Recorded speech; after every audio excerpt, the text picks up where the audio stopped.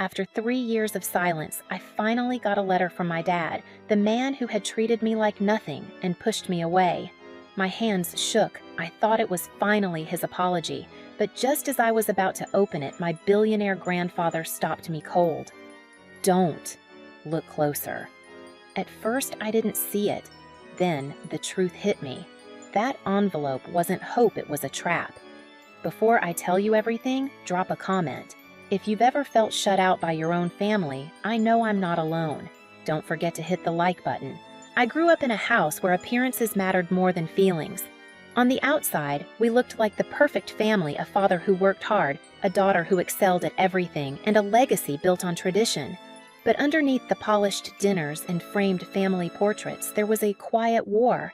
My father's approval was a currency I could never earn, no matter how hard I tried. I remember the smell of sawdust in our garage, the way he'd shape wood into something useful with his calloused hands. He used to smile at me proud when I balanced on the bike he'd built himself, but that was years before I made the choice he hated, walking away from his path, his business, his version of the future. The day I left, he didn't yell, he didn't cry, he simply went silent. That silence lasted 3 years. 3 years without a single call, a single word. Just a void that followed me into my new life, no matter how many milestones I reached. My apartment in the city was everything he despised, modern, sterile, full of the trophies of my own ambition. The shelves lined with awards, the buzzing phone with deals I closed to the world I'd built without him. People around me congratulated me, admired me. But in the middle of the night, when the city lights blinked through my window, I still ached for something as simple as his voice saying, "I'm proud of you, Arthur." My grandfather was different. He wasn't the warm, soft kind of grandparent most people imagine. He was sharp, commanding, a man who had built an empire with nothing but instinct and discipline. Yet he saw something in me that my father refused to see. When I chose my own path, he backed me. He invested in my dream, mentored me, made me believe that independence wasn't betrayal. Still, even he couldn't fill the space my father left. On quiet Sundays, I'd catch myself dialing my dad's number, my thumb hovering before I set the phone back down. Every holiday felt incomplete, like an empty chair at the table no one wanted to acknowledge. I was surrounded by success, yet lonelier than ever. That's why when the white envelope appeared on my coffee table, my heart almost split in two. The handwriting was familiar, the return address unmistakable. For one fragile moment, I thought maybe, just maybe, the silence was over. Maybe he had realized what the distance had cost us both. I traced the letters of my name, the curve of his D in Dad, and felt years of unsaid apologies pressing against my chest. All I could think was, this is it. This is the moment I've been waiting for. But then, Arthur's shadow fell across the table, and with it came a doubt that would change everything. Arthur's voice was low, steady, the kind of tone he used in boardrooms when he was about to dismantle someone's argument. "Don't open it. Not yet." I froze, fingers still brushing the flap. The air in my apartment shifted from electric hope to something colder. He leaned over, his sharp eyes, scanning the envelope with a precision I'd seen him use when reading contracts. "It looks like him," I whispered, defensive, almost childlike. "The return address. It's his P.O. box. He remembers me." Arthur didn't answer right away. He lifted the envelope closer to the light, turning it over in those long, practiced fingers. "The slant's wrong," he finally said. "Robert's handwriting always tilted right. Remember his wrist broken when he was 12. This," he tapped the letters, "is too perfect, too even." My heart stuttered. For a moment, I wanted to laugh it off, but the way he said it with absolute certainty hollowed me out. "Grandpa," my voice cracked. "It's been 3 years. If this isn't from him, then who?" He cut me off with that look, the same one that had silenced entire rooms of executives. "We'll find out." I swallowed, hard heat flooding my face. Hope was a dangerous thing. I could feel it turning on me, burning me from the inside. Still, I couldn't help it. "What if you're wrong?" I asked. "What if this is him trying to make it right?" Arthur placed the envelope back on the table like it was evidence in a trial. "Then you'll open it, and you'll finally know. But don't blind yourself with what you want to see." I wanted to argue to cling to the fragile fantasy that my father had finally chosen me over his pride. But deep down, something about the paper itself felt off. It was too crisp, too expensive. My father had always scribbled on worn stationery envelopes bought in bulk from the corner store. This one looked like it came straight out of a boutique catalog. My throat tightened. My hands itched to tear it open and end the torment. But fear held me still. Fear that the truth inside wasn't the truth I had prayed for. "Open it," Arthur said finally, his voice like a gavel. I slipped my finger under the flap, tearing the paper with a sound that felt deafening in the quiet room. Inside was a single sheet. No messy handwriting, no ink blots, just cold typed words. "Dearest Clara," it began. I read aloud, my voice hollow.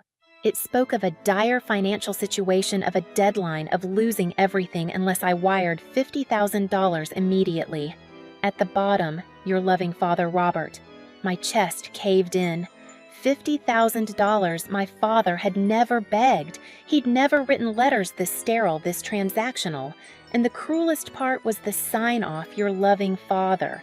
3 years of silence reduced to a cash demand. Arthur didn't need to read it.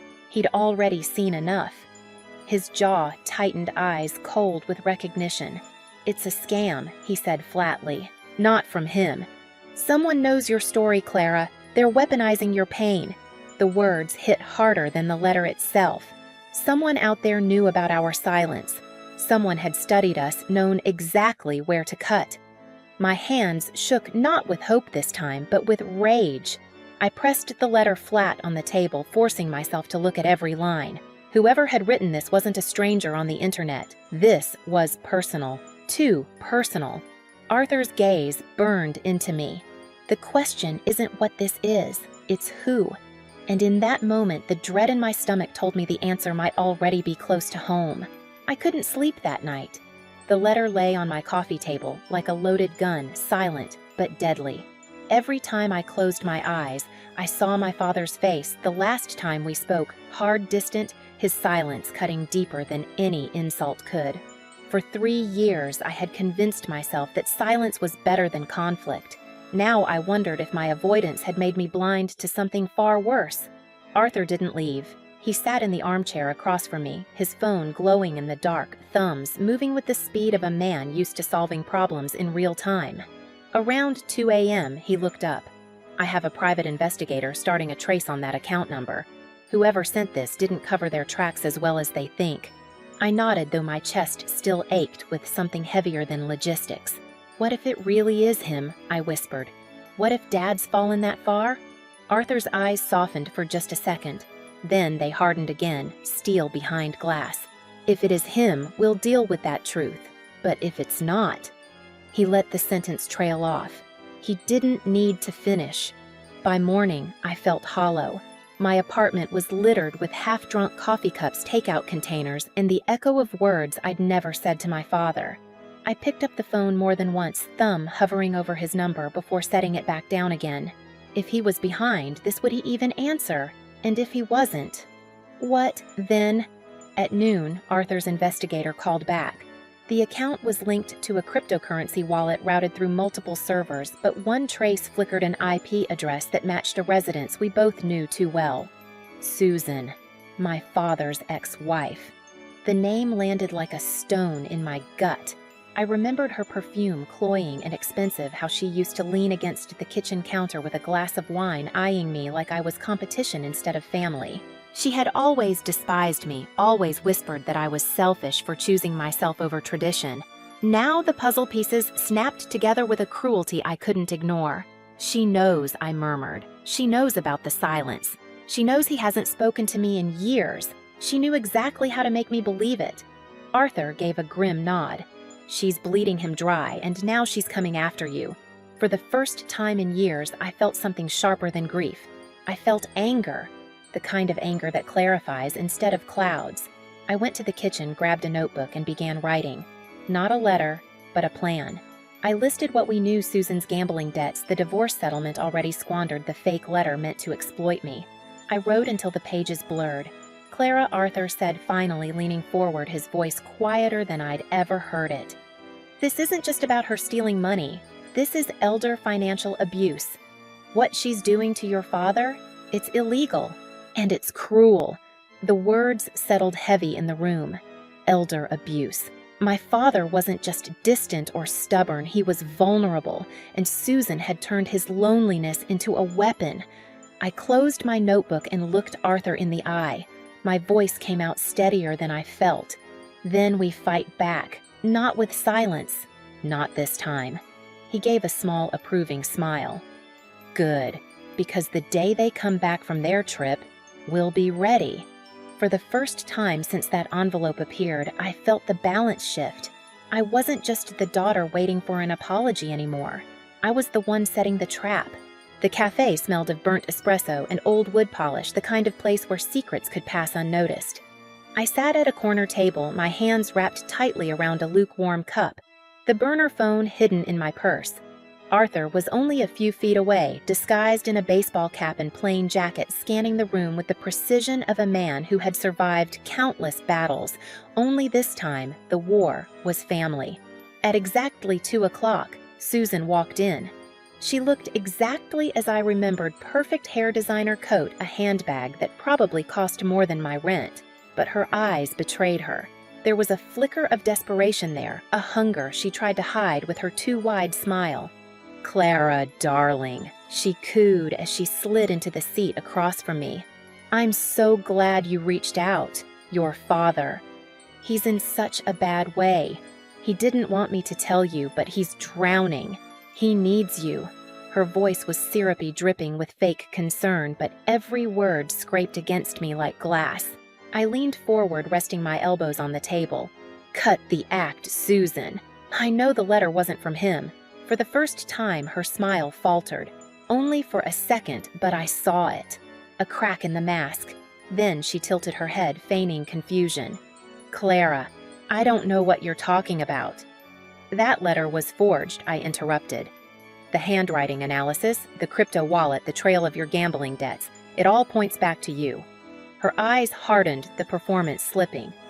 "You think you can prove anything. You're just a spoiled girl looking for attention. Your father leaned on me because you abandoned him." The words stung, but I didn't flinch. "No, you drained him because you saw his loneliness as an opportunity. You stole his money, twisted his pride, and when there was nothing left, you tried to use me. But you underestimated one thing, Susan." "And what's that?" she hissed. "I don't play silent anymore." I stood loud enough that the surrounding tables turned their heads. "Everyone in this room will remember your face today." Panic flared in her eyes as she tried to stand, but before she could move, 2 uniformed officers stepped through the cafe door. They crossed the room in seconds, blocking her path. "Susan Miller," one officer said firmly, "you're under arrest for fraud and financial exploitation." Her composure shattered. She shoved her chair back, nearly toppling it, but there was nowhere to go.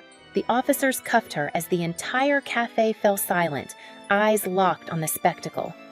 "You think this will stop me?" She spat at me, her voice sharp with venom. "Your father chose me. He always chose me."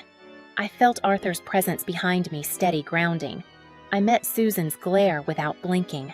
No Susan. He was manipulated, and today that ends. As the officers led her out, her heels scraping against the tiled floor, the room buzzed with whispers. Strangers' eyes followed her, recording the fall of a woman who had built her life on lies. For the first time in years, I felt something close to justice. Not peace, not yet. But the balance had shifted, and I knew the real confrontation was still waiting at my father's front door. By the time Susan was shoved into the back of the patrol car, my adrenaline was gone, replaced by a cold, hollow ache. Arthur and I didn't speak as we left the cafe. There was nothing left to say. We had won the battle, yes, but the war, the silence, the years of absence between me and my father still loomed. That night, I drove to his house. The driveway was the same as I remembered, lined with rose bushes he used to fuss over every Saturday morning. My chest tightened as I walked up the familiar path. It had been 3 years since I'd stood on that porch, 3 years since I'd heard his voice without bitterness in it. My hand hovered over the doorbell, shaking. When the door opened, the man standing there was not the father I remembered. His shoulders were hunched, his face gray eyes sunken like he hadn't slept in weeks. He looked smaller, diminished, somehow like life had been steadily carving away at him. "Clara," he whispered, voice breaking on my name. "What are you doing here?" My throat closed. "We need to talk, Dad." He stiffened. "If this is about money, I don't." I cut him off, my voice sharper than I intended. "It's not about money. Susan's been arrested. She forged that letter. She's been stealing from you." The words seemed to drain the color from his face. He leaned heavily against the doorframe. For a moment, I thought he'd collapse. His lips parted, but no words came out. And then the dam broke. He began to sob, silent, gut-wrenching tears, the kind I had never seen from him, not even when Mom left. She took everything he choked. The house, the savings, the business, all of it. She told me she understood me. She told me you didn't. I stepped forward, instinct taking over, and wrapped my arms around him. For 3 years, I had hated him for choosing silence over me, but in that moment, all I saw was a broken man who had been deceived. My tears mixed with his. "I should have been here," I whispered. "I should have tried harder." "No," he rasped, pulling back enough to look at me. His eyes were bloodshot, but clearer than I'd seen in years. "I pushed you away. I was so desperate to protect what I thought mattered, tradition legacy, that I almost lost what actually mattered. You." The words hit me harder than any apology could. For years, I had craved his approval, his pride. Now, standing in the wreckage of his mistakes, he finally saw me. Not as a disappointment, not as a betrayal, but as his daughter. We sat in his living room for hours, talking through the silence we had both carried like chains. He told me about Susan, how she'd swept in during his loneliness, how she had filled the void I left with sweet words and manipulation. He admitted he had been too proud, too stubborn to admit he was wrong. And I told him about my life. The business I'd built the nights I lay awake staring at my phone, wishing for his call. The anger, the longing, the emptiness. Every word felt like removing a stone from the wall between us. By dawn, the wall was gone. In the weeks that followed, things changed, slowly, painfully, but undeniably. My father began to rebuild not the business, not the old life he had clung to, but himself. With Arthur's help and my own, he started to face the mess Susan left behind. Court cases, financial reconstruction therapy. It wasn't easy, but for the first time, he didn't try to face it alone. One morning, I opened my mailbox and found a leather-bound journal. Inside was a letter written in his real handwriting, imperfect, tilted to the right from that old wrist injury. "My dearest Clara," it began. "I can't undo the silence of the past 3 years, but I can tell you this, I was wrong. You are not my disappointment. You are my legacy. Not the business, not the tradition. You, your strength, your courage, your heart. That is what I am proud of." The words blurred as tears filled my eyes. For the first time in years, the silence was gone, not broken by lies, not by scams, but by truth. I closed the journal and pressed it to my chest. The scars of those years would always remain, but they no longer defined me. They no longer defined us. And as my phone buzzed later that evening with a text from him, "Dinner tomorrow. My treat," I realized something. Sometimes it takes betrayal to reveal love. Sometimes it takes a trap to bring the truth into the light. We weren't just father and daughter again. We were survivors, and we had finally found our way back. Looking back now, I realized the letter that nearly shattered me was also the thing that saved us. It forced the silence to break, dragged the truth out into daylight, and made us face what we'd been running from. My father lost his money, his pride, and almost his family. But in losing it all, he finally found the courage to hold on to me. If you've ever felt abandoned, used, or betrayed by the very people meant to protect you, you're not alone. Family doesn't always mean loyalty, but justice, love, and truth will always outlast betrayal. And if this story struck a chord with you, drop a comment, share your own experience, and hit subscribe so you don't miss the next one. Because sometimes the stories we survive are the ones worth telling.